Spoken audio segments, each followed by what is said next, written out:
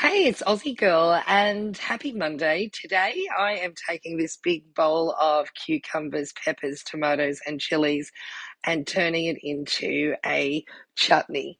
For those who don't know what chutney is, it's kind of like a pickle that goes onto a sandwich, but it's so sweet and it's got a bit of acidity and it's so tasty.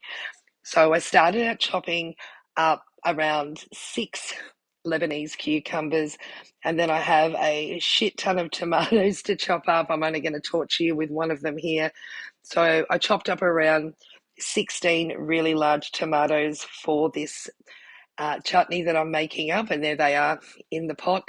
Then I've moved on to the yellow peppers. I love these things. I'm growing them in my garden as well, but these are sadly not from my garden. Mine are still growing. They've got a little way to go still. So I've got a bin right below me and I've just popped all the seeds in there before chopping them up and the excess internal bits as well of the peppers. I had around four of these, which is just the perfect amount. There we go. Chop, chop, chop. Sorry to bore you with all of my chopping throughout this video. There we go. Then I move on to the chilies. I've gone in absolutely raw dogging it, no gloves.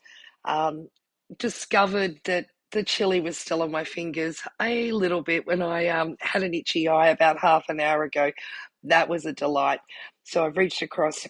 I've tried to minimize the internal bits getting onto my skin. So I've just used a teaspoon to scrape them out. And then I moved on to popping them into the pot. Almost forgot onions. How can I forget onions? Who does that? So I've chopped up some red onion to go in there as well. It's on the stove and I'm adding in a cup of sugar. It seems like a lot, but you need that to help sort of break down the tomatoes throughout the cooking process. After this, I'm going to move on to some balsamic vinegar. You need that acidity in there. Some people can use lemon as well. I like balsamic because it really adds some extra flavour into the overall product. So once the chutney's been cooking, about this stage, it'll get to this stage after 20 minutes, and then it cooks down a bit further.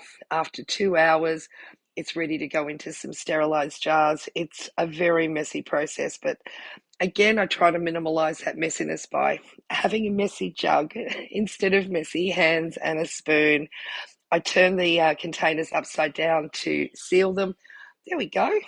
It's a nice little morning's work. Tomato chutney.